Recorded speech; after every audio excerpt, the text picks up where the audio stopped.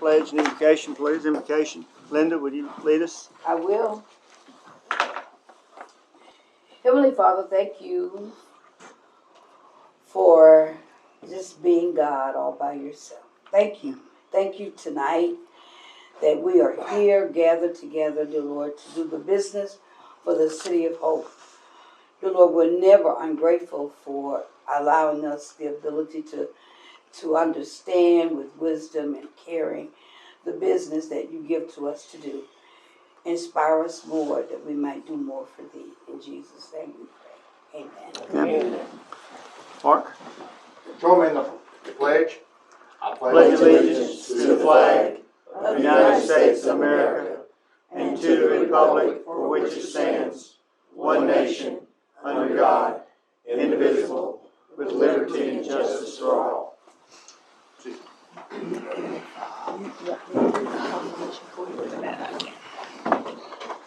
All right.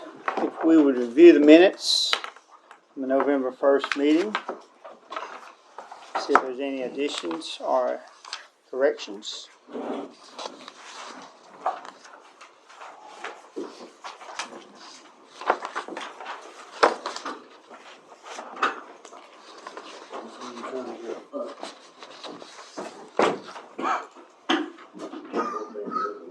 Okay, just short on that.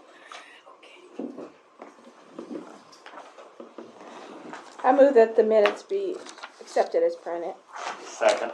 Motion is second that the minutes be approved. All those in favor say aye. Aye. Okay, motion carries. Bonnie, if you would like to come up, we'll introduce yourself and All what we're right. going to do tonight. I'm Bonnie Rapp with the Daughters of the American Revolution, and I'm the American Indian chairman for our chapter. And while I am not an Indian, my two grandsons are 132nd Cherokee from Oklahoma. But I did live on the Navajo Reservation for 15 years. I taught school for 5 and had my children out there and worked in the preschool and did lots of substituting while I was raising my girls.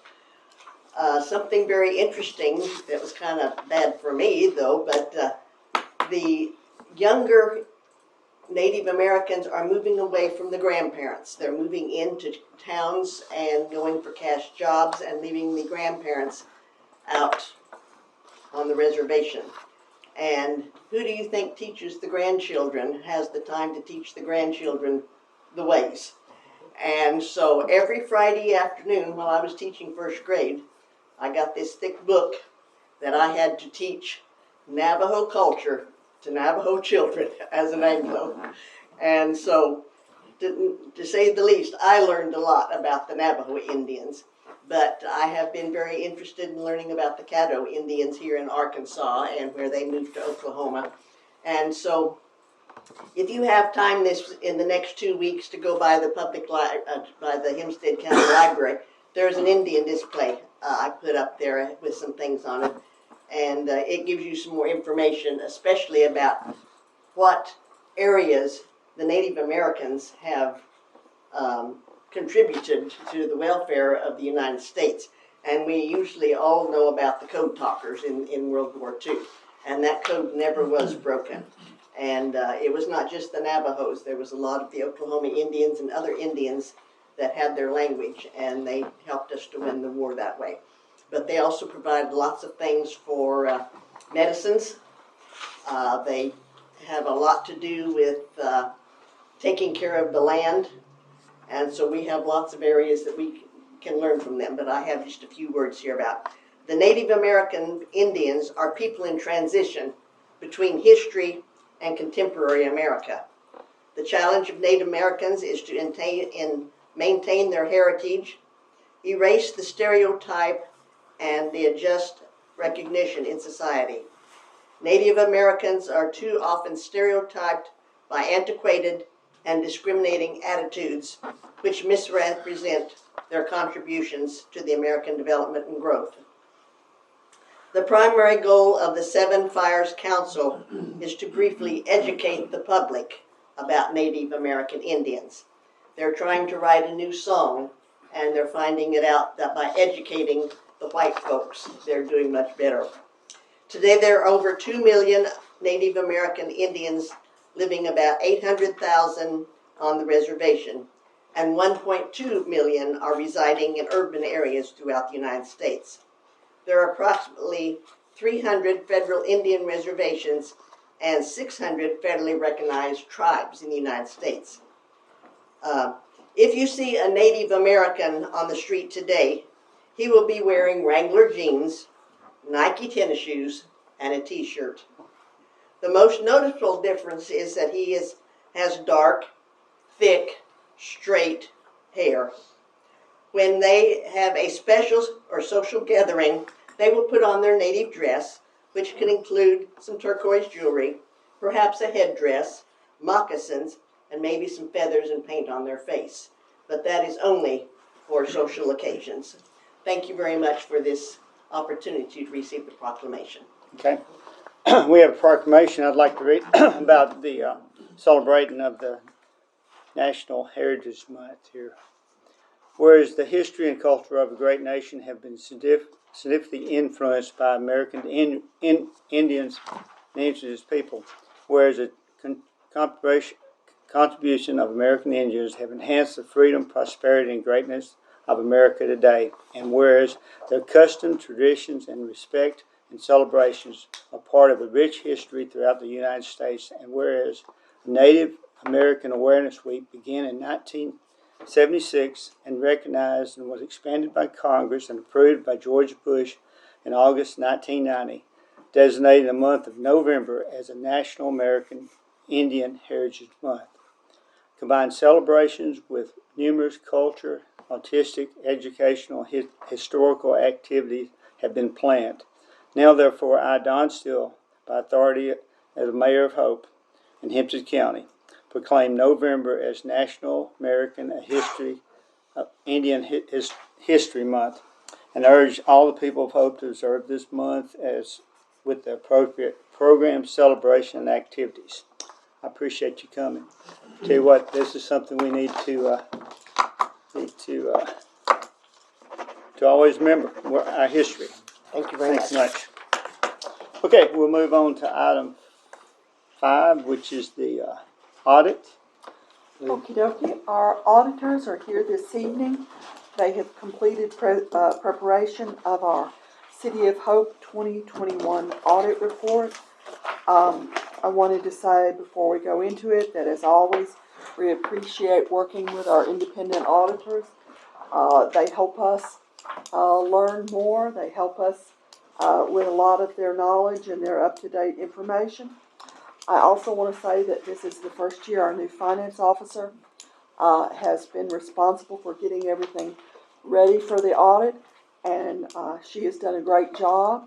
I have received information from the auditors saying what a good job she's done, but I would also just say on my behalf that she's just been doing a great job in this now almost year and a half. She's been on City of Hope staff, and I know that I've been really proud to work with her over this period of time and with the outstanding job she's doing. So now we have our auditors and our presentation of our 2021 audit report.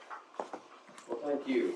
And you stole my thunder on getting to celebrate Cindy over here. Look, But I'm sure she'd like it still. But I would like to reiterate that this has been a transition year, and typically during those, I've served as a CFO controller throughout in my becoming decades of working in this profession. And when you walk into a new organization, it does take a lot to actually get it under your belt. And then with the standards that are kicking in, they're heavily more on independence and stressing independence. So there's things that we could do in the past, as far as some different kinds of reconciliations and things like that to assist our clients, in which we just really can't do anymore. And so Cindy took it upon herself to learn from the past what was done, and to them when we were like, hey, we would, these are some things that we used to be able to do, we can't do them anymore. And she took that on her shoulders, and she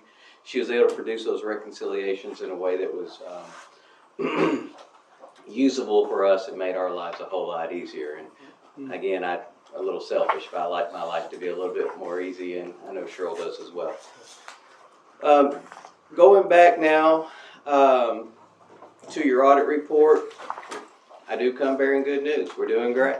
So we had it again. As everybody knows, we came through a pandemic. The whole entire country struggled, not just different cities or different agencies, but the whole community as a whole across the entire nation. So when we come through here, and again, I'm going to go with the financial highlights that are in the management discussion and analysis on page 5. Because these pretty much do, sometimes these highlight well, sometimes they don't, and I like to pick up some things further back in the report. But this year, this really does highlight exactly what went on in the city. So again, the first point, your deferred outflows exceeded your liabilities for the close of 21. So you had $19,343,000, which was an increase of $2.8 million. Now you can see this on page 8.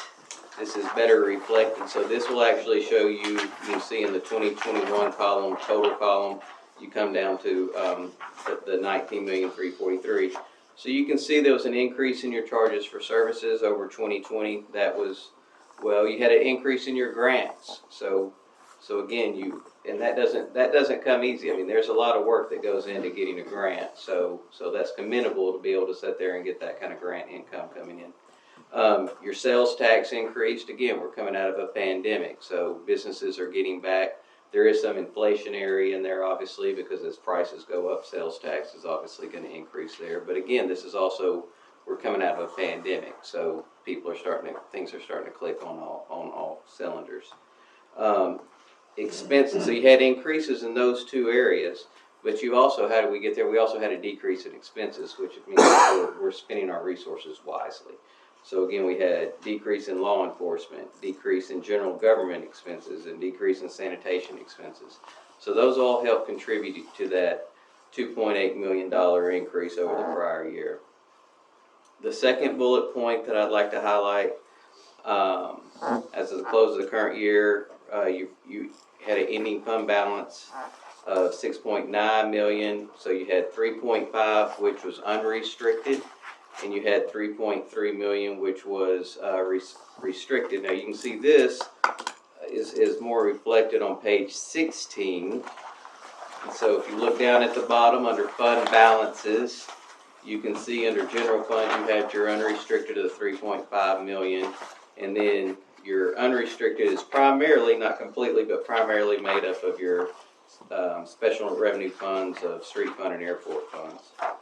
This is also reflected more detail with some notes that help explain these numbers on page 61, which would be note 17. So again, that would go back, and it gives you just a little bit more information and explanation on those, and it shows a little bit more breakout, animal control and these such. The second bullet point, it basically says that your unrestricted is at sitting around 66%. So a lot of your funds do get to go here to again, things that we don't foresee now, but that in the future you're going to have that leverage to be able to handle, I think, with ease. Then your next bullet point, again, these are things now, as we've discussed in the past, that are going to be largely out of the city's control, but this year it worked out for our favor.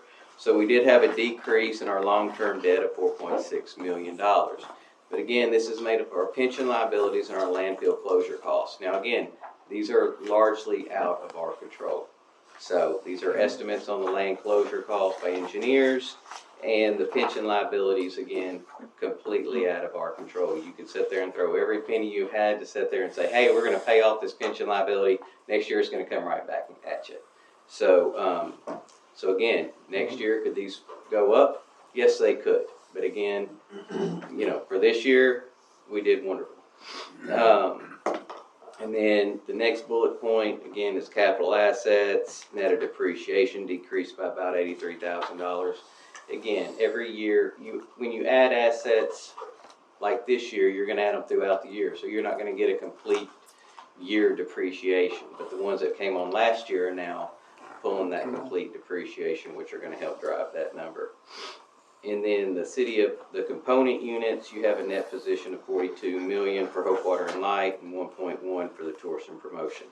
I don't know how many people are available to look over the Hope Water and Light minutes, but again, Hope Water and Light, their financial statements stay pretty consistent year to year. So I know we had that big hit with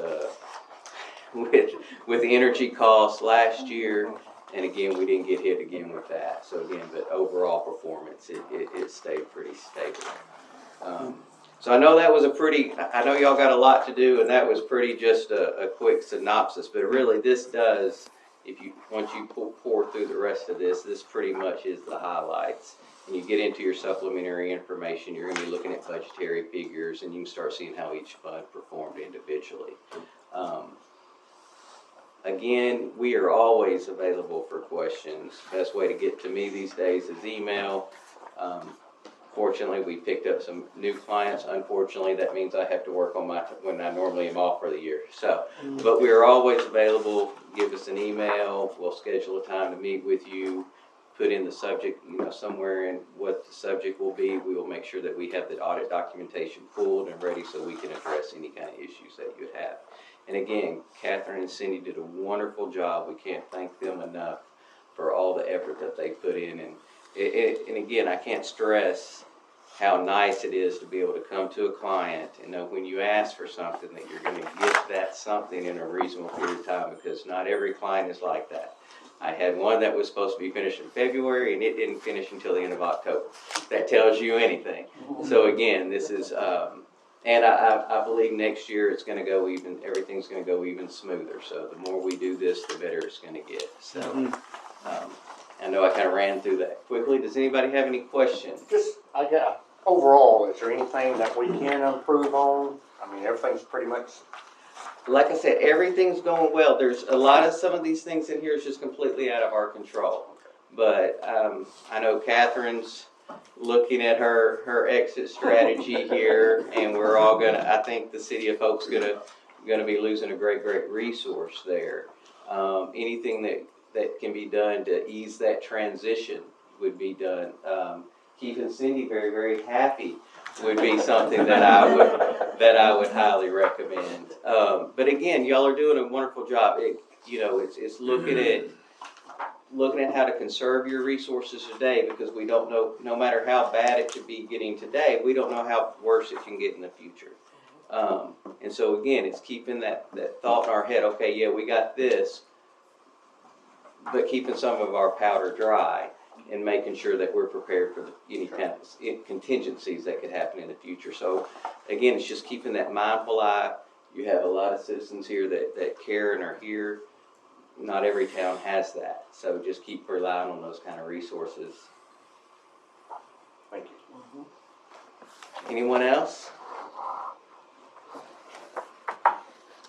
All right. All right, I appreciate you. We appreciate you. You come with good news anytime you want to. Anytime I want to. Well, and I promise if I have to come with bad news, at least I'll come with a smile on my face. There you go. So, all right. Well, we appreciate you again. Reach out. Everybody has our contacts information. Just reach out anytime. Okay. Always thank you all. Thank you, guys. All right. Oh, yeah. Nobody wants to drink it. We're going to move. Thank you again. We're going to move on to item 6. Catherine?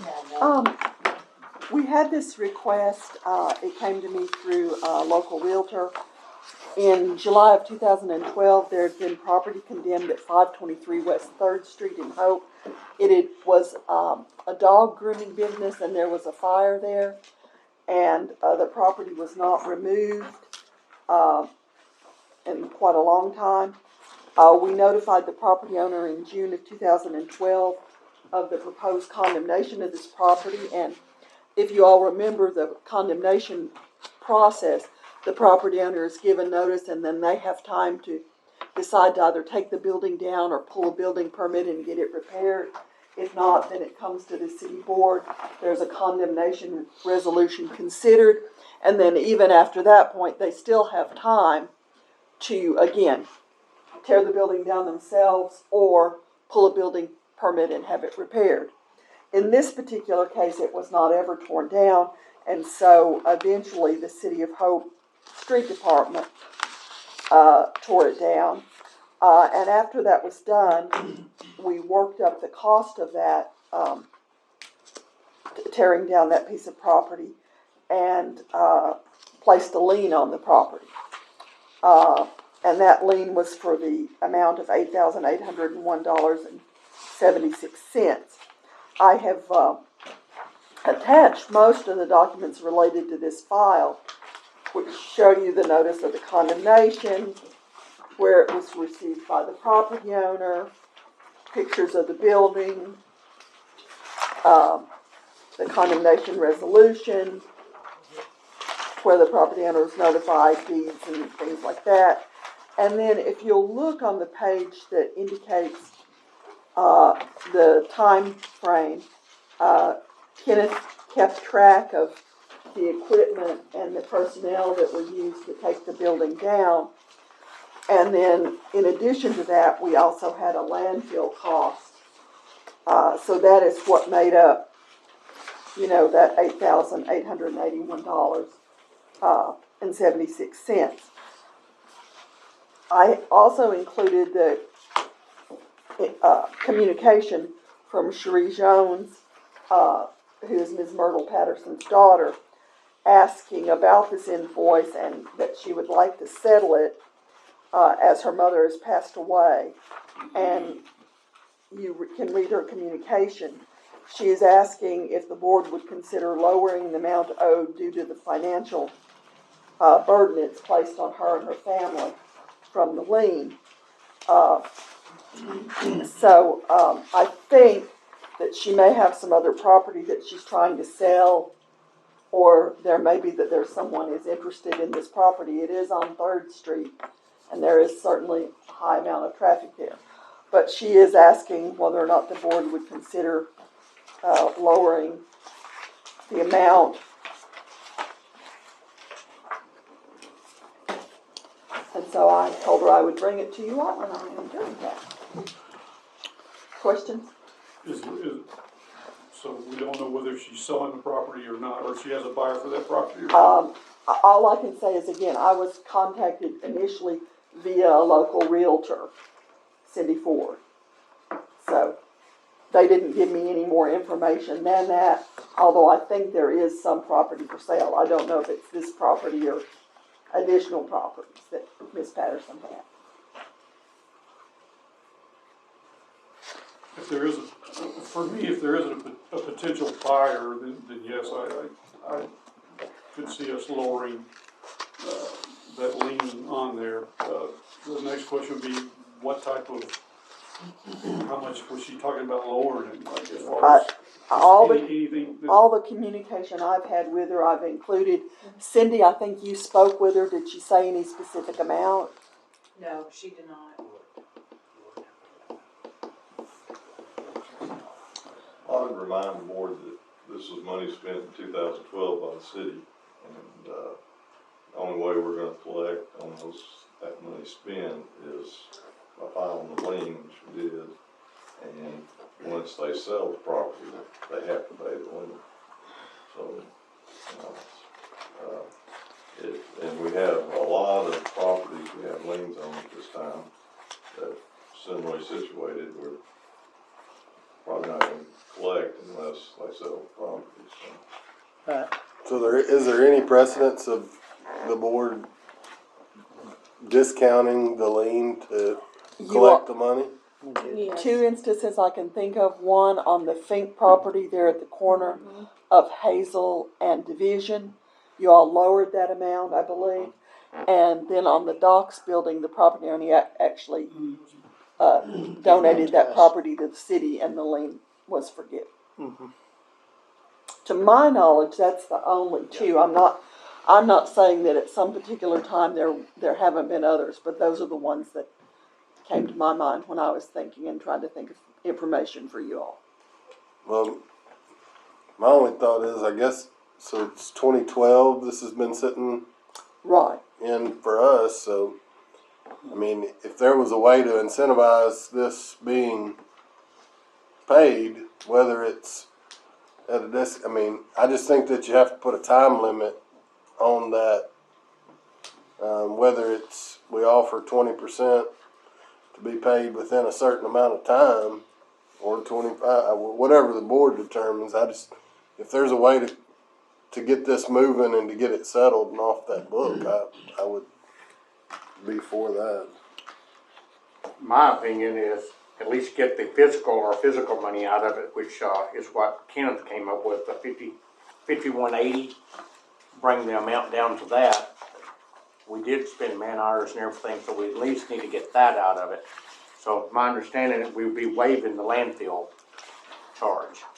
Is that the way I'm looking at that, Catherine?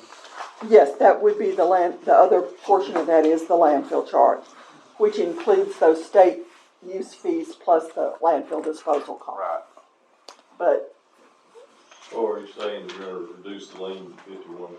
Correct. Well, 5180, yes, sir. 5180.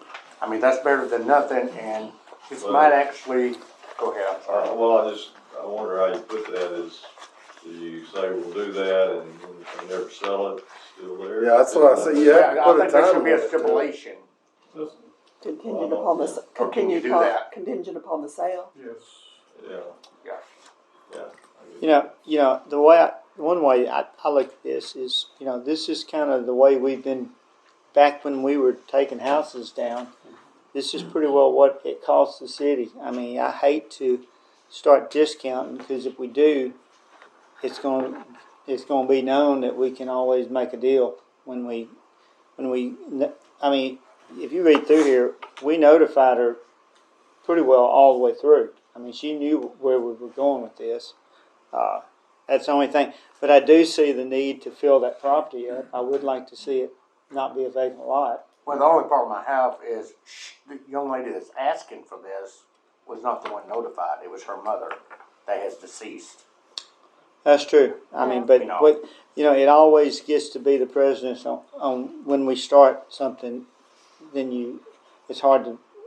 I know we've done it twice, but is this going to be something that we're going to be willing to do every time there's a vacant lot and I hope we get back in the business of, and I've talked to the code enforcement, I hope we get back in the business of taking some properties down in Hope.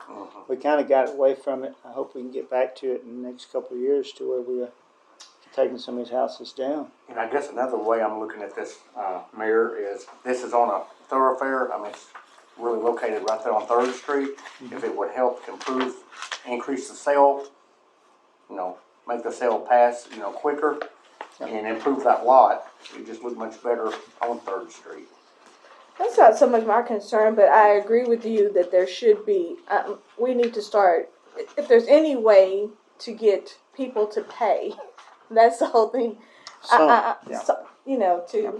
get those things off the books. And we made a significant decrease in that Fink property. We did. So I guess I just don't see why we shouldn't be willing to do that for those. And I'm not saying that the original owner, but in cases where it's gone into like a second generation yeah. situation. Yeah. Yes.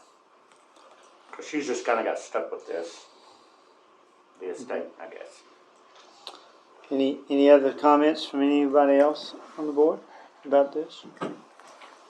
Moving on along, but Mark's talked about dropping the waste landfill charge, which would make it, what, 51? 5180. 5180? On the contingent that of the sale. Ever? That's, You just But leave it. then it's just still hanging there. If she wants to, I would say go ahead and pay it now. And if she doesn't pay it, give her a certain amount of time to pay it. If she doesn't pay it, then the lien still exists. I like that. Yeah, the full amount, yeah. Yeah. I like that. Okay, how long are we going to give her to settle up? 6 months? Or That sounds fair. I hate to get I it think too. that's fair. I hate to spread it out too far. I think that's fair. I would even, this is me, I would even reduce it by half, to get her to go ahead and pay it. So, but that's just what I would propose. But there again, she might come back to us and say, that's too much, you know. It might be some negotiation here, so I think we need to, do we have a motion and, for, timeline and amounts? Is everybody happy with the, you don't wanna go 90 days on this, on the timeline, or what do y'all think? Board members? I would say 6 months if 6 she's trying to months. sell, cause it could take that long. Yeah, I'm fine with Bank. 6 months if she can get it done within that. I mean, we're talking about 10 years we've been waiting on this, so if we can give 6 months and collect 60-70% of this, then Yeah. I think it's better than nothing. Okay. All right, I'll take a motion, if, we can have one. I make a motion that we lower the lien to $5,180 with the on contingency of sale, and she has to have it paid within 6 months. Second. Okay, everybody understand the motion? Yeah, all those, I'm sorry, I don't understand it. Cause you're still basing it on a contingency of a sale. I thought that's what we discussed. I think it I just, don't think it has to be contingent upon Okay. sale. No. I mean, I just think amend it goes it, back to, it's gonna revert back to the 8,800 if she doesn't meet that within the Within 6 6 months. she can Right. pay She off, doesn't have to complete the sale. I'll amend the sale part of it, and it'll just be $5,180 for 6 for months, 6 months. and then she I can like pay, that. she can pay it, and it's clear, she can do what she wants to with it then. Okay, the motion is to 5180. But the reason she's wanting to do it is to sell. Yeah, but if she goes ahead and pays, she can if it takes 2 years to sell it, she can sell it with a clear title. If Because the this is seller gonna take the lien if her off. buyer walks and she wants to take advantage of this discount that we've offered her, Yeah. she could still pay it off, And then she can have a clear title. and then she does what she wants with it. I guess part of it is to be able to upgrade that property though, I guess. It kind of scared me to give her a discount and then it sits there, then it continues to sit there. I thought this was her issue with the lien was in order to sell the property, she has to clear this lien. So that's, Well- I mean, Yeah, but Trevor made a good point. If we could get the money now, 60% of it, it'd be better than letting it sit another 10 years and us just have a lien on it. We got plenty of liens on property in the city of Hope. Yes.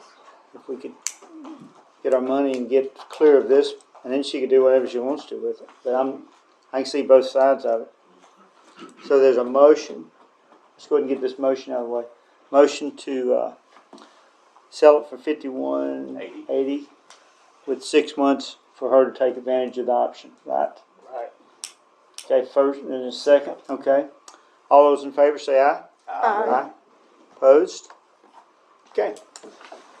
Randy, I guess you can handle that for us, or Probably need a copy of the minutes, won't you? Yes, sir.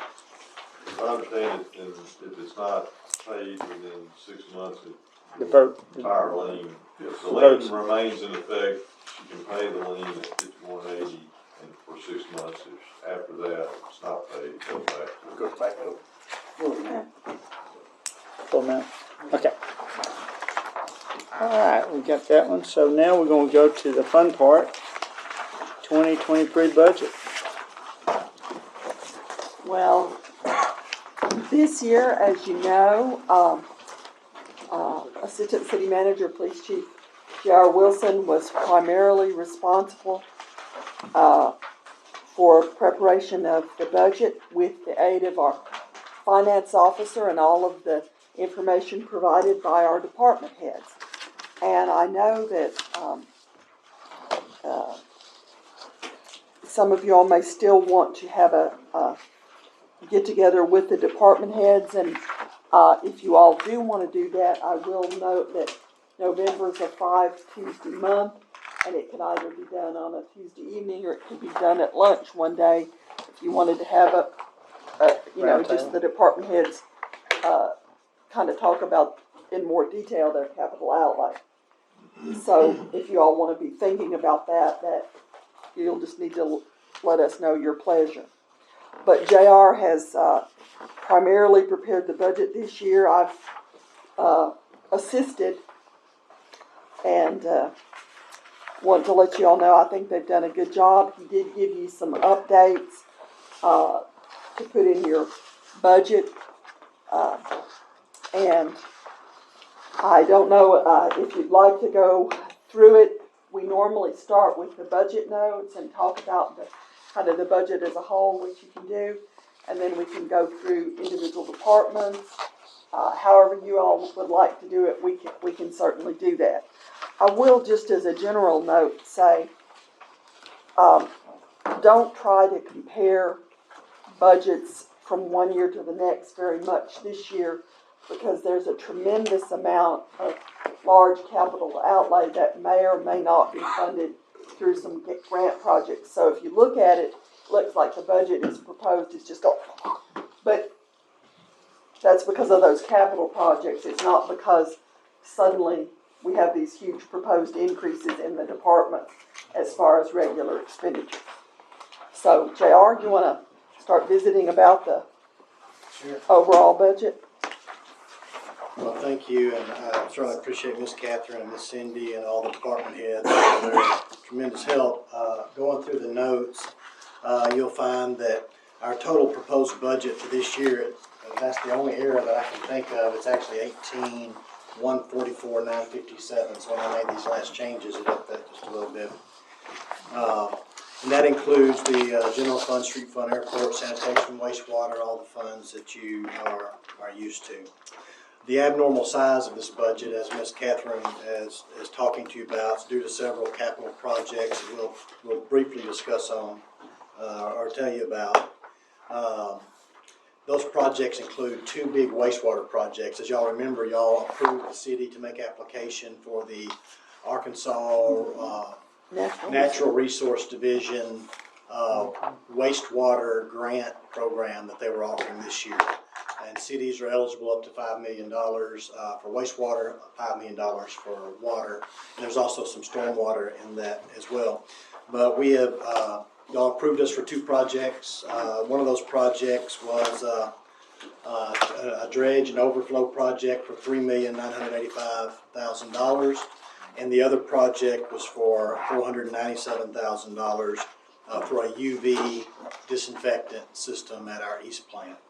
One thing I'd just like to make you aware of, if we don't get the AR&D grants, that $3,985,000 project goes away. We won't do it.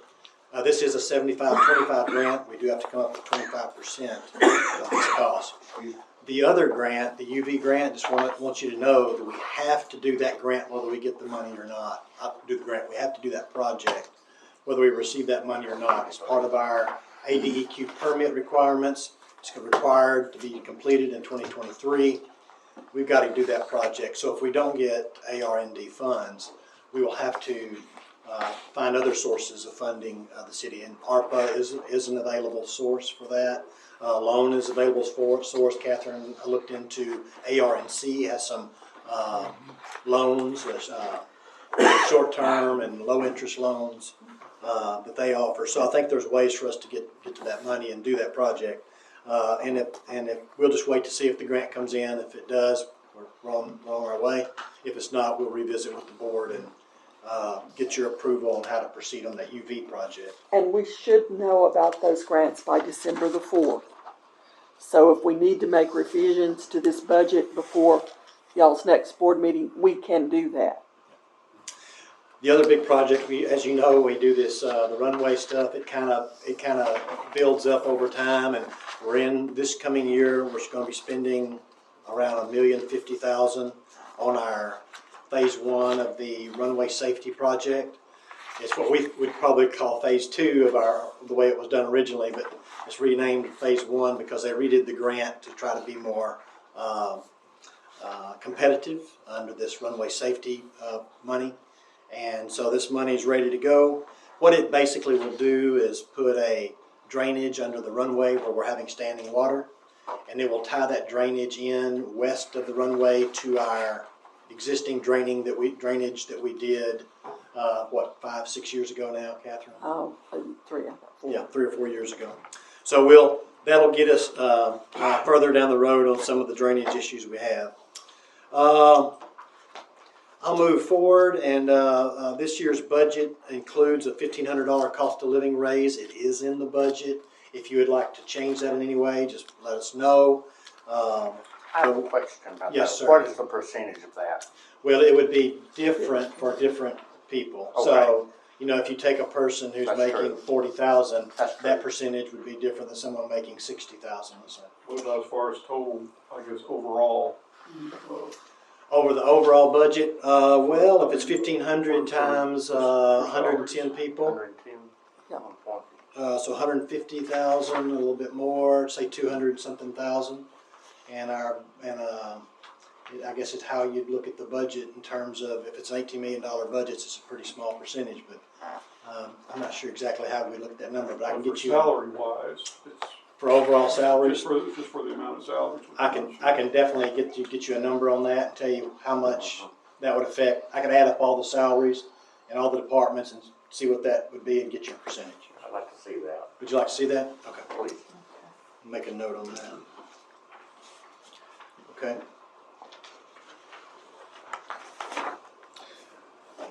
Retirement contribution is staying the same. We know we pay 15.32% for APRS. Our fire department is in a different state program. It's called LOPFI, and it's at 23.5%. You may ask, really, what's the difference? Under the LOPFI, I don't think they pay Social Security. They do pay Medicare. They don't pay into Social Security. In APRS programs, we pay APRS, and then we also pay into Social Security and Medicare. Our health insurance did go up. It went up, increased by $40.50 for single coverage, and it increased $90 for family coverage. Did I get that right, Cindy? And as you know, the city pays completely for the single, and we pay half of the family's coverage. We do want to say that large capital projects, they do affect the yearly budget. But we want to make sure you understand that they don't affect ongoing, just typical operations. They certainly increase budget expenses overall, but they don't reflect a significant increase in normal, ongoing operational expenditures. So once we get past that project and that's done, we kind of settle back down into our normal routines of spending. Does that make sense? Mm-hmm. I do also want to bring to your attention, hey, would you bring up that chart, Daryl, about the wastewater, and show them that wastewater graph. It should be. The last one. Didn't we stir stuff that? Is it? We're done Can with you see wastewater it? increases. The last one was Wastewater 2021. checking and CD? Just yesterday. That. Yep. That. Yeah, that's wastewater. Yeah. So look at the sanitation graph. Maybe I misspoke here. The sanitation graph. I think that's. It is wastewater. So let me say two things. One, you can see on the sanitation graph that right here. This is just our checking, what's available to us in our checking account. It's not the full asset picture, but it is a pretty good picture of our cash position. And this is meant to include checking and CDs, but I don't think we have any CDs in sanitation. So what you're seeing here in 2019, we had almost $600,000. In 2020, we're down to $500,000 about. Approximately 2021, we're down a little above $400,000. 2022, we're in the $200,000. You see this declining. Expenses are rising, inflation's hitting. And this is in the midst, if y'all remember just a few years ago, y'all created rates. So the rates are going up. We're hoping that those rates over the next, there's a rate increase this year, and I think 2 more years after this one, I think is right. Wastewater. And we're hoping you'll see that graph turn around. If not, I want to call your attention to that we may have to, we'd obviously have to take some precautions if not. The other issue is with wastewater. I guess what we're talking about in terms of wastewater, we're going to have big projects going on. This is a very expensive part of our operations. It is a operation that is considered a proprietary operation or an enterprise operation. It's supposed to fund itself. And I think Catherine and I just wanted to bring to your attention that pretty soon we're going to have to do some major work. We're offering you, this year's we're offering these projects around over $4 million, right? Or not, almost $4 million. But pretty soon, we're gonna have to do more line work. We're gonna have to go, do a bond issue, and when we do that, our revenue is probably not gonna be able to sustain that, and we're gonna have to consider, doing a rate study and seeing what we're gonna have to project to pay for these projects. Yeah, that would be my first question was, Yeah. wastewater service fees are showing to be declining over the last 3 years. Yes. So that would be why, I mean, we've got less customers to bill. Well, and if people use less water, which they have, I think, been using less water, then wastewater rate, wastewater is a function of water. Water comes in, water go, you know.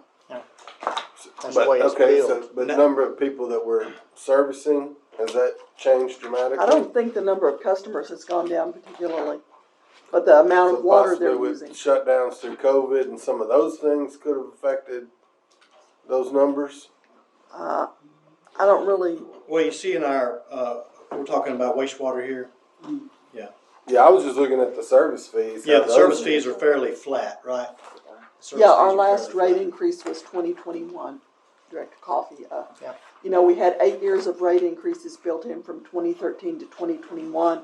We did that when we did our, we also did our 2016 and 2017 bond issues with about $7.5 million worth of capital work at that time, and then some refinancing of our debt at that time also. So we did overall $10 million worth of bond issues, and wastewater rates are definitely remaining flat.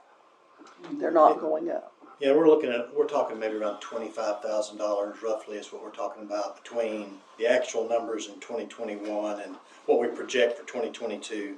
Mm-hmm. And they are staying flat, you're right. So Yeah, I at mean, some you don't point- see that in any of the other categories. Yeah, well, I mean, I know we changed the sanitation rates of it, but yeah, any of those yeah, this is wastewater. So the service wastewater fees rates haven't changed since are Well, moving 21 this was the direction. last rate. 2021. Yeah. So this is what we're bringing to the attention. I think we think at some point we're agreeing with what you're saying. This is going to be looked at, especially when we know we have ongoing aging infrastructure. We have ADEQ requirements. We have all kinds of issues, environmental issues that we will be confronted with, and we will have to take some action on this shortly. So, of that bond issue that we just finished, what percentage of the system did we improve?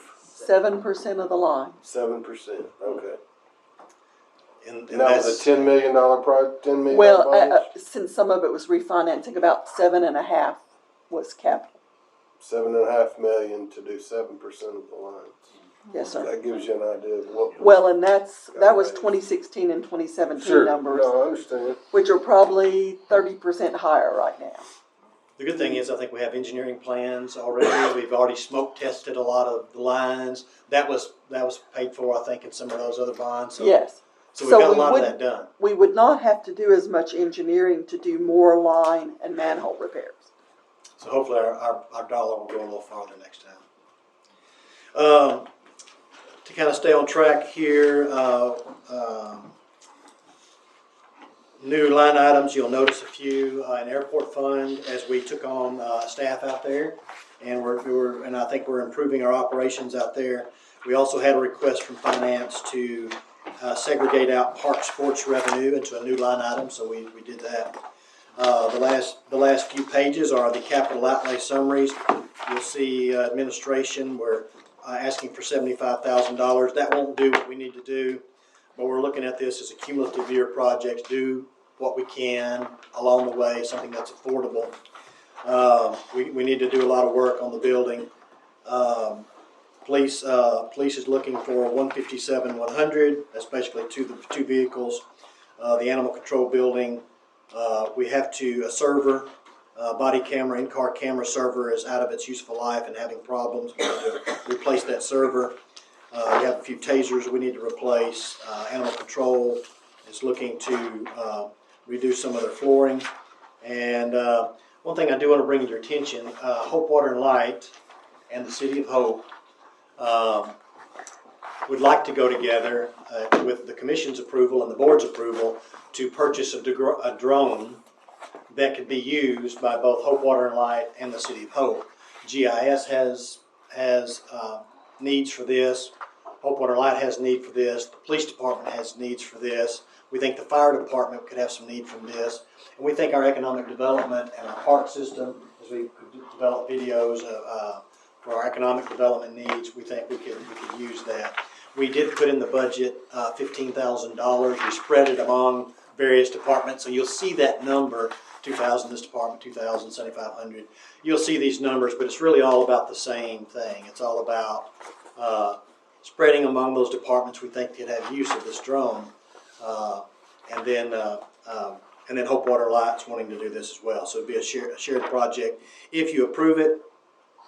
The fire department is continuing to look to upgrade their SCBA's. They're also looking to get electric extrication equipment. Extrication equipment is a life-saving tool, right? Someone's trapped in a vehicle and they've got to get out to get help. That's the way we do it. We do it with very heavy equipment. It's very hard on people. It's very heavy. It's gas-powered. And it's not light. It's very difficult. Injury-prone to workers, especially trying to move quickly. Every search and rescue and fire departments that do this kind of thing is moving towards this lighter equipment. It's easier on their employees. They can get it out quicker. They can get to the scene quicker. They can get it going quicker. And it has the power needed to do these kind of jobs. They've made a request for that. You can see it in there. It's $34,420. We're also going to apply for a assistant firefighter grant to see if they'll help us with this. That is opening in, I think, the first of the year. We can get that drafted up. Todd and I can get together and we can draft that up. And if we need any help, we'll get Catherine on the line to tell us what to do and help us out there. Don't laugh. We may need that. Parks Department, so a lot of good projects in the parks, and good thing is some of these are funded. 2 small scoreboards for Hawthorne and Jack Williams Field. These are the smallest scoreboards we have. They're not very expensive, but I think tourism has agreed to help us with those. An LED lighting project for Kelly Fields.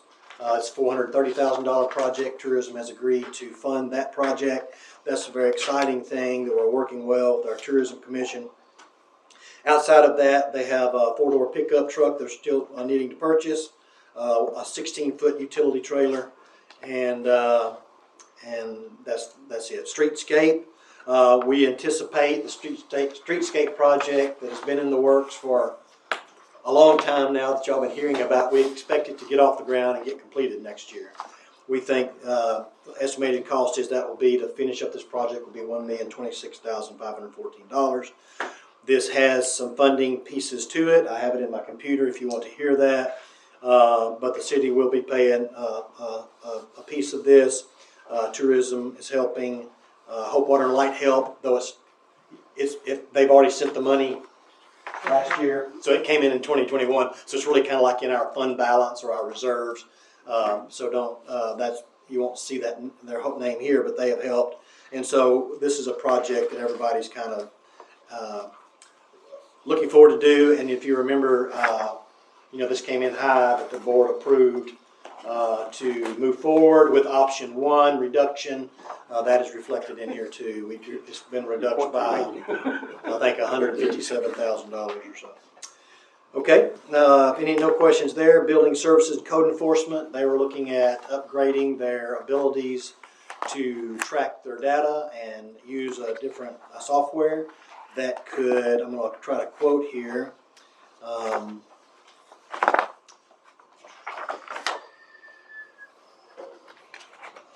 It's an upgrade from what they're using now.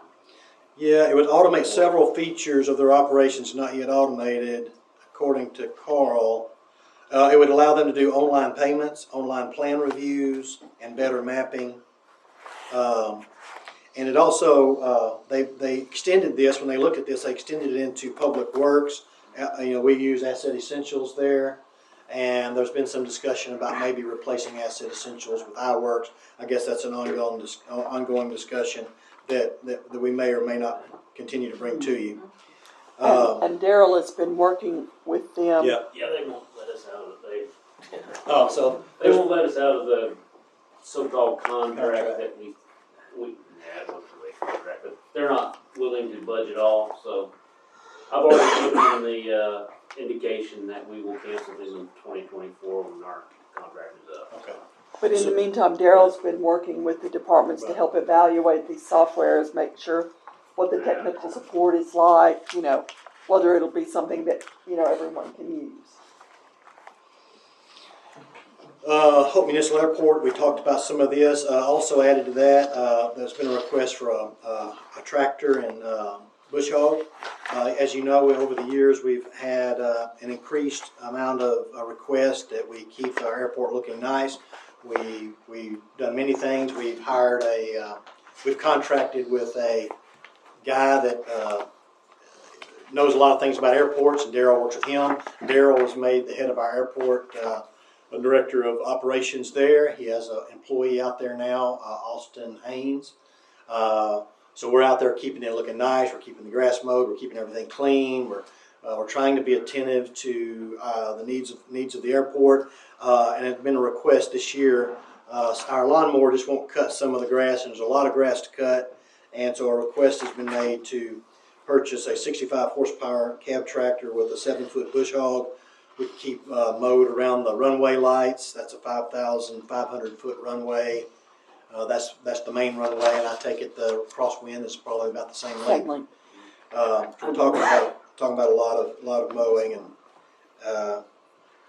things of that nature. Yeah, Yes, ma'am. back to Daryl. Make that a little plainer about the contract. Make sure you're talking with them, speaking to them about. This year, as we kind of transitioned to me and Austin working out there, we didn't know a whole lot about airport stuff. So we had a consultant that was a former airport manager with Saline County.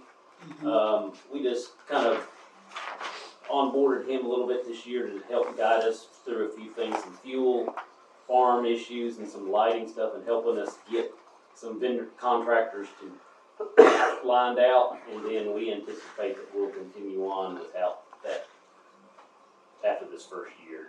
Okay. And it was a relatively small number as far as money, but with his experience, he had a lot of experience. He knew the vendors to deal with, you know, who to call about the electric stuff, who to call about if we needed a repair to the gas vending machine, things like that. He's trying and meeting the same resistance that we've met on some other stuff with airport. There's people that they're so busy and they just don't want any extra work. All right. We're struggling, and so he helps us keep antagonizing them for quotes and things like that, where we can do our other stuff. Okay, I understand now a little bit better. So that, and we don't anticipate to continue doing that. Okay. Unless, something big comes up that we just really need some expertise on. But they're doing a great job out there, I think, in the last year or two. I think Catherine's been very pleased with how it's been. I think people visiting our airport's been pleased. Moving to the street fund, some of this is just ongoing payments, like the backpack truck. So let's explain a little bit about the dump truck. We wrecked a dump truck this year. It was a single vehicle accident. Our employee is okay, but the truck was totaled, and we received $99,000 roughly from the insurance company on that truck. We haven't been able to get a new truck yet. We've got that in the budget to do. What we're proposing is paying that $99,000, whatever we receive from the insurance company, put that as a down payment. The truck's going to be around $180,000, and then we would 3-year lease purchase the remaining amount. That would come to roughly $36,000 a year, something to that effect. Also in street, there's been a request made for a mini excavator. Now, a mini excavator is the main piece of equipment they use. When they dig, that's what they use. We don't use huge track hoes very much. We do that some. But what we really use, we carry around town, we're digging lines, we're fixing things, it's the mini excavator. I won't bore you with all the details, but you can see the current the current excavator is a 2012 Kubota, It has several issues. We could get those repaired. We're probably looking at around $25,000-ish, maybe to repair that. I think the request was to just go ahead and let's sell that. Probably get $10,000 to $15,000 for it, and let's purchase a new one, the mini excavator. And that'd be around, if we did a 3-year lease purchase, it'd be around $36,000 a year for 3 years. We have a final payment for our aerial photography coming up. That's $9,170. We do that. It's been a 3-year payoff. This is the last year.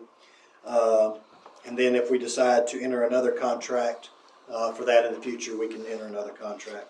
There's also been a request for a heavy-duty 16-foot trailer to be able to pull this mini excavator. I've been advised that our current trailer has been pulling the other excavator is really too light and it's getting damaged from pulling the excavator, and so they request a heavier duty trailer. Sanitation fund, it's $1,032,000. You can see $283,000 of that is for bond payments. That's something we do every year. We have a residential truck lease purchase payment. That should be paid off in this year, September 2023. They were approved in 2022 for a new commercial truck. That was approved by the board. We just haven't been able to get the truck. We still think we might get it before the end of the year. I think Nathaniel's hoping we might get it in December, but we'll just have to see.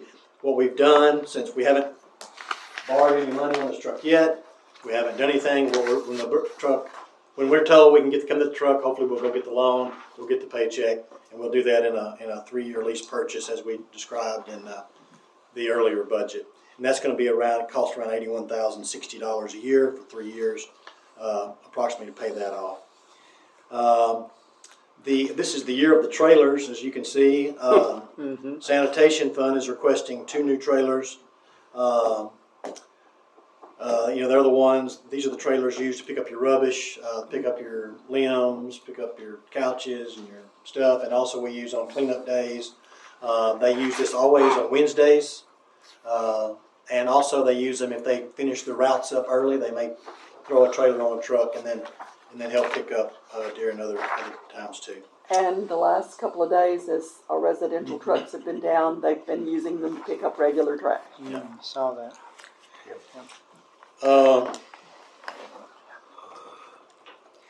We need to, as you know, y'all gave us money to repair a Caterpillar dozer this year, remember? So when we got the Caterpillar dozer over there, it had some more problems than met the eye. And Mark made the decision that some problems could wait, and he wanted to repair the ones that had to be done and get that dozer back into service.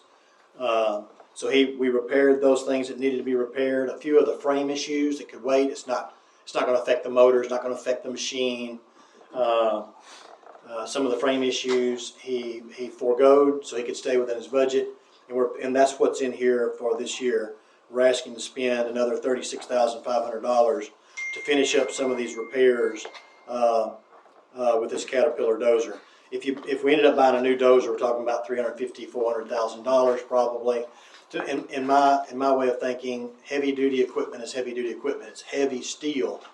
It's hard to mess them up. What you really have to deal with are motors and transmissions and the little gadgets. The heavy steel, it's probably as good as new steel. But I think this is the way to go to repair this dozer, and we'll keep using it as long as we can. And we also have in his budget a request we're going to have to rebuild some issues on the Komatsu track hoe. That's a $45,000 repair. It has bucket repairs, cylinder repairs, AC repair, hydraulic repairs, this type of nature. I would say about this equipment, this is equipment that's used daily. It's used in all weather, rainy days, snowy days. We don't park. We don't stop our construction projects because of the weather. We operate, and that's not always the best for maintenance of equipment because you pile mud all up over them and you can't hardly get it off with shovels. But this is what we have to do for our operation. So we're trying to maintain things as best as we can, and these are these are kind of repairs I think we will continue to see with any piece of equipment that's under this kind of operating environment. He did make a request that I thought was very reasonable. As you know, one thing I think about Mark, Superintendent Curtis, he operates with a relatively skeleton crew. He does a good job with it, and he's always looking for ways to kind of multiply his manpower's ability. So what he made a request this year, he has an old 6-foot bush hog that he tries to keep everything mowed. You know, they have to keep things mowed. If they don't keep things mowed, we get written up by ADQ.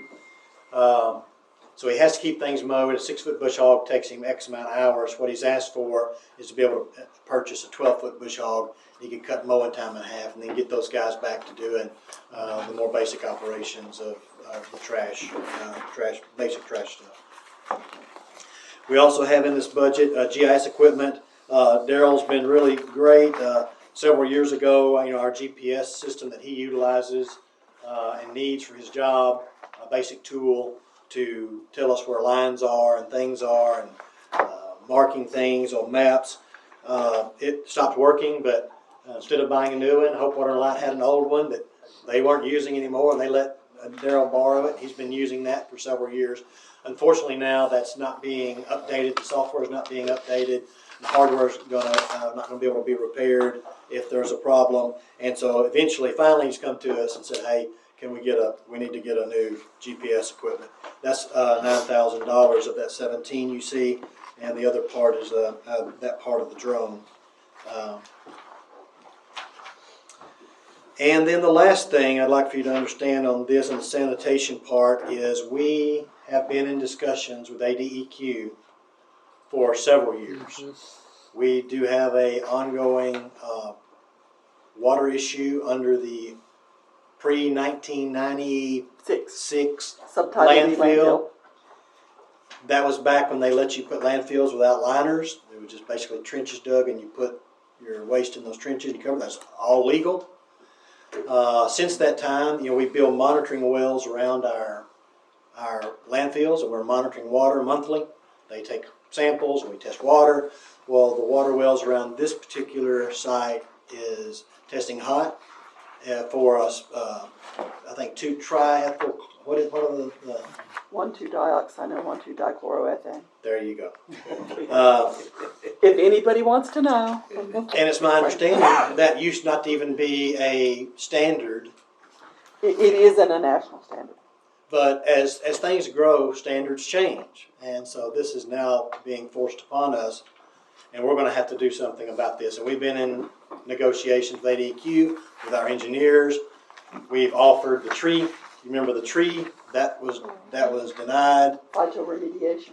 We have been negotiating recapping to get drainage off, and that may be accepted, but it's going to be an expensive project to compact it the way they want it done, and it may not solve our problem. We could spend $500,000 and still have the problem. They are requiring us this year to build one more monitoring well. We have to do it. We're not going to be able to. That's a minimal amount of money compared to everything else, but we're going to have to quickly find some avenue that the board agrees with, that our engineer agrees with, and ADQ agrees with to make some progress on this problem. And just so that everyone gets the context of this, while these are called groundwater wells, they're not water wells such as you would draw water from and drink in the general. The water they draw from is about 12 to 14 feet down. It's what's known as a perched water table, which means it doesn't extend over the whole area. There's just little pockets of water, and we have to test it. It produces very little water. It's not like a well that you can pump water out of. But by regulation, we have to test what's known as the uppermost aquifer on this site. The rest of the water is 350 feet down. It's not affected by this, but groundwater is. But nevertheless, Regulation 22 that allows operation of our landfill requires us to, is going to require us to do some remediation on this problem. And again, this is the pre-1996 Subtitle D landfill. And Catherine and Glenn, and she's included me in some of these discussions, they've been working really hard to try to find an equitable solution that would spend money wisely and hopefully solve the problem. So I suspect in the months to come, we'll keep bringing you information, and hopefully we'll have something to make a decision on at some point. I did go ahead and include $500,000 as we would do with this project, roughly the amount of money it would take to do the capping. Sorry, I'm still not sure. Though that may not be the way we go, but I did include that in the project so you can see it, keep it on your radar. And it's not something that has to be done right now, but I want it on your radar and you see about what that cost would be. The last one gets to the wastewater fund. Look at, this is the biggie, the $4,692,395. Some of that is just our series bonds payments that we have to pay. We've got a request for a half-ton or a three-quarter ton for pickup. Let me say something about this. This was actually authorized by the board in 2021. They were unable to get it. It was authorized again in 2022. They were unable to get it. We're asking you to authorize it again for 2023. Scott and I have had some conversations. I've encouraged him to really push hard to try to find a pickup truck, and I think he'll be able to do that this coming year. And then what we've already talked about is that $3,985,000 in our Arkansas Natural Resource Division grants. It should be ANRD. I think I misspelled it there. All right, well, that gets us through that. If you want to go any further into any of the particular line items, I certainly would be glad to go over that with you. If you want to take this home with you and look at it more closely now that you've got some revisions, we can talk about it at the next board meeting, or however you'd like to do. I'll proceed however you'd like me to do. And if you have some specific questions you've identified already that you want us to just answer, we can also do that. Just your pleasure. We're for Sounds that. like I need to find somebody to make a deal about some trailers. Yes. Maybe we can buy in bulk, right? Is y'all's trailer, is the street trailer that's not big enough or heavy duty enough to carry the Mini X around not good enough for like sanitation to throw stuff on? It would be. I mean, they use it. I mean, what we're gonna do with it is like holler pipe. But this trailer, I'm gonna just gonna be a tilt, a heavy duty tilt to haul. But I think that's 14,000 pounds. Yeah. My trucks, besides tearing the trailer up, if you watch when we load that thing, my 1 tons go up in the air and then they go back down. That's another reason for going to tilt. Yeah. But yeah, I mean, we utilize every trailer we got down there for cleanup, and sometimes, like today, Parks had my trailer the last 2 days, and we wouldn't use it. Every department is sharing right now, because we need guys. Sure, no, I mean, They came and borrowed the police department trailer the other Yes, day. we did. Sure did. I have a question about the scoreboard. I know one is inoperable and the other one.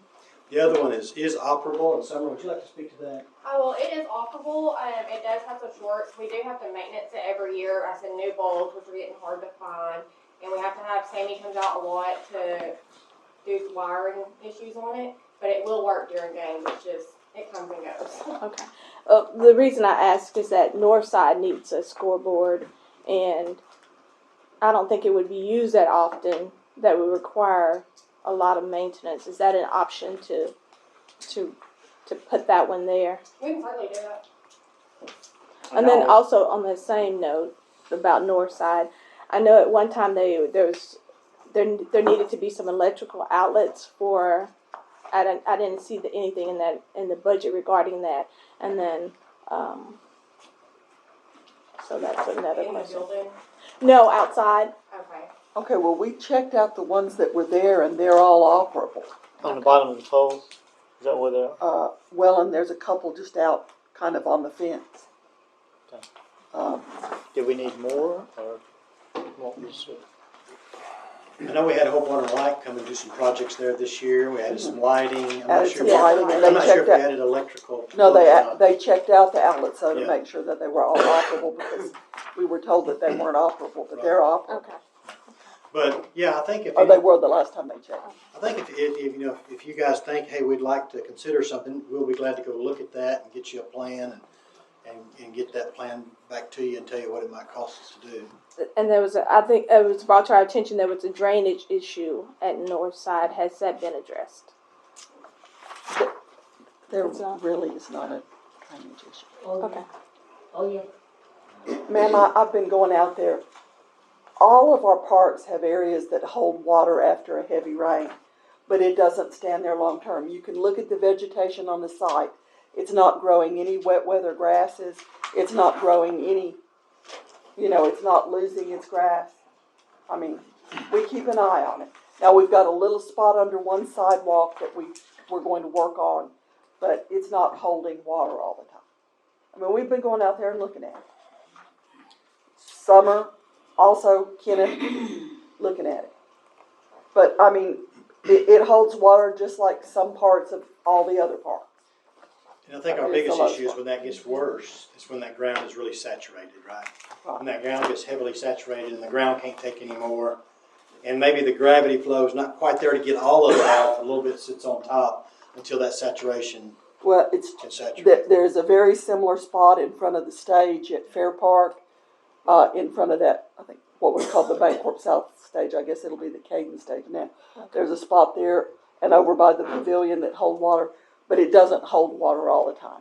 And you can generally look at it and determine if it's holding water all of the time, it'll start growing that wet weather vegetation. The little grasses that come up and they're just there because it's a boggy spot. It's not doing that. It's growing regular grass.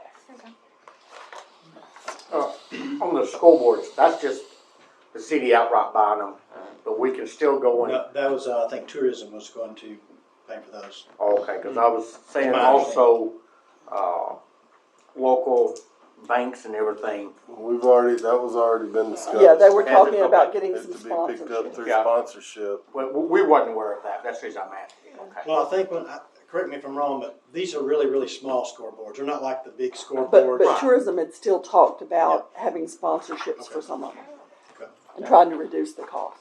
But they're just so small, there's not going to be a whole lot of room to put too many names on them. Yeah, we even talked about sponsoring light poles. If they want to get into sponsoring light poles, Well, I just knew that we'll be we glad get to the do that pass. too. We wasn't aware of that. So. Well, while we're on the park, I think Catherine and I and Summer, we definitely want to try to develop at some point with the board or some committee appointed by the board a long-term plan for our parks, so we can take our lighting issues, our drainage issues, our field issues, and try to make those parks the best they can be. It can be done. It may take if we had a 10-year plan, and we did, hey, we're going to do that this year. And if we pay that off 2 years from now, we're going to do this project. 2 years, and maybe in 10 years, we could have a really, really top-of-the-notch fields or whatever we want.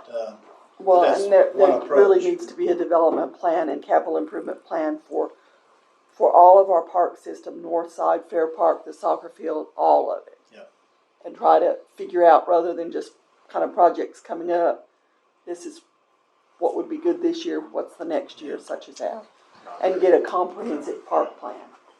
And visiting with other cities, not to try to get off the topic, but the city I went to recently near Little Rock, Sherwood, they had built a complex, and they use, instead of just saying, hey, tourism will help us with $300,000 or $400,000 this year, it may fund a loan project or a bond project to do a bigger project. So those are options. These are things we could all think through. Of what we want, everybody to accomplish. And we've talked to tourism about doing a bigger project that involved debt service at given up. I guess the only other thing, I have two other things, is on the cemetery, are we not showing where, Rose Hills Association is gonna be. They are contributing $20,000 revenue. Okay, okay, I did not see it. That's on the top of page 2. Cemetery contribution. Top of page 2, first line. I have confirmed with the Rose Hill Cemetery Association that they will make that contribution again. We will be rebidding that contract, because our current contract ends at the end of December. But I will just say, the question of, is it going to be are they gonna be able to continue long-term And I know we discussed that to last year. do $20,000? If not, I think there's gonna be some hard questions that have to be asked, because does the city wanna spend $40,000, $45,000, $50,000 a year on that? Right. It is not a perpetual care cemetery, I know, please don't throw rocks at me, but it's not. And, you know, and that's a lot of money to spend when there's a lot of other places, you know, to put it. But Rose Hill did agree for next year, they will do $20,000. And I did not see under revenues, unless I overlooked it as well, is the Southland Drive area, what they're supposed to do each year. You know, we overlaid, Timber Creek. I'm sorry, Timber. Timber Creek. That'll just go into miscellaneous street revenue, and we are working to, we don't know yet how much that's gonna be a year, but we will, cause we haven't gotten the money yet, but, it will be funded out of, if you'll look at, 5620, line item 5620, it'd be funded out of that line. Page 33. Under street and stormwater. I just thought under the agreement we had, that they did agree Well, to a certain amount a year to Well, repay. Yes, they will. We just don't know if, since we haven't gotten the yearly amount yet, we don't know how much that'll be a year. We know how much it was proposed to be, but we don't know actually how much it will be. Yeah, it's based on the taxes that's received. That's paid. The property taxes that are paid. And then, And Steve's been working with us to actually get that money turned over. They had some, you know, Mr. Vaughn passed away, and Right. he'd been keeping track of that. Mark, you're correct, that's not reflected in this budget, I don't have that in there, but this would be a nice little cushion if we do get something. Well, it would be less than 20,000 a year. JR, on page 26, as far as on the, on sales tax revenues, as far as the 22 budget, how are the sales tax doing compared to what we budgeted this year? I'm assuming it's pretty good. Well, if you look on the consolidated, I think. Yeah, if you look on the first page of your budget, there on page 1, if you look under county sales tax, in the third column, that's about 5 lines down. We had budgeted $1,532,000, and we're projecting that we'll receive about $1,632,000. 100,000. And on city sales tax, we budgeted $2.44 million, and it looks like maybe about 2.7. Now, you know, we always do budget those numbers somewhat conservatively in case things go down. But actually, city and county sales tax have both been up as much as they've ever been this year. Of course, that's due to inflationary things partly, but also city sales tax has been outperforming county sales tax. And I think as a little bit. percentage over the months compared to last year, I think we're somewhere around 10% increase. City is 10 and county is about 7. 7. But I didn't budget that full 10% in, obviously, for 2023 projected. I think I budgeted in something like closer to 3%. Am I seeing where building permits have basically doubled? Well, we had the Murphy gas station one, and that was a big amount. Okay. So, I mean, that's not, I got you. Sometimes it's the I'm word just curious load, where the big what jump happens. came from. it's the Murphy gas station. A large amount. What about street turnback? It's been like a 3-year decline on the amount. So that's a Population complicated change. formula that I've talked to the Arkansas Treasurer about, I talked to Cindy about, and I spoke to the Arkansas Municipal League about. That's made up of basically 3 or 4 things. Got it on my queue, I'm trying to remember off the top of my head. One of them is these wholesale fuel tax. That's one part of it. The other one is a retail sales fuels tax. That's part of it. And then there's an MLCP that stands for some kind of municipal construction. But is that the tax collected locally or statewide, and then we're Well, just I think all it's going collected down? statewide. It's statewide. And then this formula, the municipal league gives us a formula. And it says, hey, city, we would recommend you to budget this way. They give us a per capita formula. We always get a little bit more than that. We always have every year. But it's still going down. It is still going Well- down. Well, our census number went down. The census number went So, down. well, that's part of it? Yeah, That's part of the Yeah, it's equation? it's per cap, it's per capita. Okay, that's what I'm yeah, trying to follow. Is yeah, exactly. we're- Yeah, and this is a little above what they had, because when I talked to Debbie last year, she said, we always get more, do a little bit more there. And I've done a little bit more there, but their projection is around 1770 or 1750. 1770, I think, 750. per person. Oh, okay. Well, so you increased it from where it was here to Yeah, increased the it. new one. But Yes. And there's also some, I think, it's also in there, is that, not in the general term, like you're asking about streets. Okay. Something different. All right. Any other questions? I have a concern, and the concern is, and yet you spoke to it, and I want to applaud you for doing that. The concerns that may not be of concern to some citizens or concern to others. Yes. And you're very sensitive to that. And I applaud you for that. And I would like for you to continue to use the mechanism that you plan to put in place, and that is to seek community advice and to plan with the community so that the community do not feel isolated in any decisions that we make. So I thank you for that. I've had a good teacher. All right, any other questions from the board? I think we can all go over this, and any questions, call Thank the office. Call the office and we'll get answers for you. Better than like a good budget. You can shut it. JR's done a tremendous job on this. I have tried to impart some knowledge over the years, but I will frankly say that I didn't realize how much of it I was just kind of still holding upstairs. And periodically you just come in and I kind of hit him with the fire hose. Go again. Yeah, reset.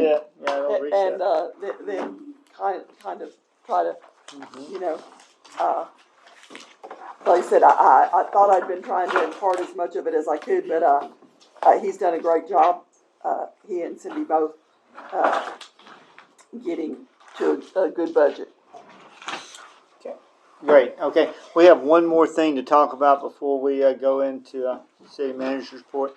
If you see the deal in front of you, it's from the Yeager Middle School. Wants to have a dance at the North Side Park. If you see this, everybody see what we're talking about. They are going to charge a cover charge, $5. And They want us to waive the fee. Do what? It will have to have security. We'll have to have security, and they want to. I think their main thing is they want to see about waiving the fee. The fee I've been with Summer is $200, and you get $100 back after the event. So it's $100, but it's $200 out front with a $100 deposit. So we've been down this road before. I just want to say before we start, once we start waiving fees, it's hard to say yes or no to different people. I kind of urge the board to. My personal opinion is let's not waive it because of that reason. I mean, every nonprofit is a good use of this building, but that's just all I want to say. If we start, it's hard to stop. So, any discussion we want to have about this before we go any farther, or what's the date on this? I didn't even notice. November the 18th, and that's this weekend. That's soon. And the building is not already rented. We have checked. It isn't rented to someone else already. And it would be, I asked the hours, and they said 6 to 9. I did also ask why they would not have it at Yerger, and apparently the principal's gonna be out of town, and if he can't be there, they can't have it on campus. There would be chaperonage from teachers at Yerger, though, at the event, but again, ordinarily, we would still have, we'd help keep an eye on things too. Yeah, I'm kind of in the agreement with the mayor as well, as far as, yeah, it's something that, it's a slippery slope that we may get ourselves into. Like I said, I'm sure there's sponsors out there, that more than happy to contact me, I guess. But there's sponsors out there that should be able to help them. And I know when we did the community center, we denied a group from being able to have us reducing their rate, and that wouldn't be right to them either, since we refused it to them and turn around and deny it to somebody else or allow. Oh, I just want to say that if this is the stance that we're taking, that we remember this a month from now, 2 months from now, when another group, and this is regarding any of our facilities, if it's. I think we should, that's going to be the policy of the board, not to waive fees. Yeah, I mean, personally, I think, And we kind of went through this about a year and a half ago anyway, didn't we? We discussed this And we set amounts, and we said we wasn't gonna go back and here and there. And if you give us the direction that we're just to tell everybody that there's no waiving of fees, we'll be glad to tell them that. Yeah. I just think that's the fair way. If you're gonna, I don't think it's fair to tell one group you can and another group you can't. It's just opening a can of worms. And it just looks bad on the board. Yeah, I agree with that. Yeah, it's pretty easy to. We've all been. I think all the board members have been in those situations where you get called trying to help one group and not be able to help another, and it's really hard to say no after you say yes. To one. Yes. So any other comment? We'll just leave it the way it is. There's no need for any motions or anything. We'll just direct the city into maintaining the fees. All right. I have a question about that. With that being said, I know there's a lot of events at the hub. They pay for them. Yeah. Okay. Because I was not, and I have not notified you. A lot of times on Saturdays I see things going on, and I failed to ask you about them. It's red. Ready? Yes, it's scheduled, and if we see it and it's not scheduled, we go and, tell them it. It's not just open for people to use. Right. Okay. With that said, ice skating is starting here. Soon, yeah. All right, I guess we'll move on to the city manager's report. Just a couple of things to have in mind. It looks like because I know we've gone a long time, looks like the contractor is finally getting started on 6th Street. Yeah. As you know, the highway department gives them quite a lenient time frame to get started with the contract, and it is a lenient time frame over the winter too. They have a lot of weather days in there, but it looks like they are at last starting to do some work. And we have not yet signed a contract on the streetscape, but the highway department did say that we can. So I believe the contractor, we've informed him that the bid was accepted and that there will be a change order, and he is working on getting his contract documents together to get to the city, and then we'll get them to the city attorney for his review and get them signed. This year? I think this year. Good. We notified him probably 10 days to 2 weeks ago. So it usually takes them 2 to 3 weeks to get their contract documents together. What was our projected completion of? Do you remember? I think it was 180 construction days. Close to summer. Yeah, close to summer. And if you all do ever want to do another streetscape project, she says, those grants are normally due. They have to be done by end of May of each year. They just open that tax grant cycle up once a year. And if you remember, those are 80-20 grants ordinarily.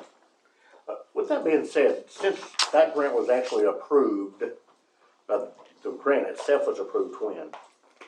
2021? Or was it this year No, the grant, itself? our TAPS grant, Well, the streetscape. The first one. the TAPS grant was approved in 2018, at the end of 2018. So maybe can qualify soon for another one. Oh, well, no, we could apply in May. Well, I know we can apply. I just know they don't give you like 2 years in a row typically, 2 or 3 years. Oh, TAPS, yeah, they do. Do they? Okay. Oh, yeah, TAPS. Yeah, we could have probably applied for another TAPS grant this year. We couldn't afford it Well, that might be the truth too. after the last one. It bled too hard on the way in. Yes, it did. Golly. And they do have a max of 500,000, so, I mean, whatever it goes over that, it's gonna always be on the city. Anything else? No, sir. Okay, decision request. You want? Good evening, Marshall Fight, all of y'all pretty much know me. Really appreciate what you're saying about the parks and appreciate about moving forward. Really have a question about those dumpsters y'all was talking about doing that way back when, bringing awareness that if you're dumping outside of The signs on? The Yes. signs are on all the dumpsters. Okay, at the Northside Park, do you think we could get a sign like that put up there? Because I'm out there pretty much every weekend and I see different ones dumping. Okay, well, To if bring they- awareness, and I'll say something to them when I see them, it's like, I mean, really? yeah, I'll be saying in the morning. okay. And We'll the let same it go. thing with the one on the west side of the Coliseum. Okay, yeah, y'all had mostly said the downtown ones, but we can Yeah. put them on more of them. Well, okay, that's why I was just Yeah. I asking. see what you're saying. And if Yeah. they can move that dumpster either up or if they move it up where I can get back there and pick the bags up and they keep it dumped regular, then I'll try to do that part. Or either the person who picks it up, if he'll get out and pick it up. I mean, it's Well, whatever, it just look bad. And I wanna do whatever I can to make it. I appreciate that. That is very good of you, Miss. Yes. But in terms of him being able to get out, not and keep on the route. He can't keep on the route. Okay, well then, if he push it back, then trash bags won't fall back there. Well, When he when he get the trash out, well, It picks it up. yeah, it picks it up and Right. shakes it over the thing. Right. And then he puts it back. okay, So well, move when he it back set it back some. down, yes, sir. If he'll do that, they won't go back there so bad. Cause like where it is Push- now. Push it back farther. Yeah, when he come up, and I've been there, when he come up and come down, and he got enough ring around there for some time and I'm Well, there, I can go ahead and get it. I'll talk to But Nathaniel then about that in the when he morning. don't do it, it's like, and if the buzzer, as Miss Hazel said, they do be doing what they do. Yes, ma'am. But maybe a sign can say, With, if you're caught dumping your trash out here, it's gonna be a fine or something, just to kind of get some of this out of the way. we'll let the operator know. Nathaniel has been training basically 2 new commercial backup drivers, and it's the commercial drivers that do that. So they are kind of some newer folks, but we'll let Nathaniel know, if that's all right for me to say that for the board, we'll let Nathaniel, the sanitation superintendent, know, and let him have his drivers know that, to get it back up closer to that fence so that those bags don't get back there. I'll talk to him in the morning about it. And with that being said, as long as the park knows when that's gonna be dumped, cause I know the one at Fair Park, there's been several times I go over there and I pick up stuff that it spills out. And if they don't mind having a staff member, the days that they do dump that dumpster, just pick up around it, cause it does get pretty bad if it falls out and is left on the, especially with the RV people sitting right there. They pick it up pretty much every day. Well, I. It's there every day, isn't it? It comes right back. It's amazing how many people don't ever make it quite into the dumpster Exactly. with a lot of materials. But I'll make a note and get a hold of Nathaniel in the morning. Okay. Any other comment from the? I have a comment from employees. We would like to thank, on behalf of all our employees, we'd like to thank the board and Catherine for your support on our bonuses and the Christmas bonuses and the reg. and the Did they bonus. fit? Did they fit? They fit pretty good. Okay. And everybody was We very accept in appreciative. return. That came from, Amber wanted me to pass that on, and so that was, she reminded me about that. Kinda not a citizen request, but Okay, thank you. comment. Thank you. It was very much appreciated. Okay, all right. If we could have a really short executive session, if we go in just for a minute, and we'll be right back. I won't keep them long, so I know we're on overtime.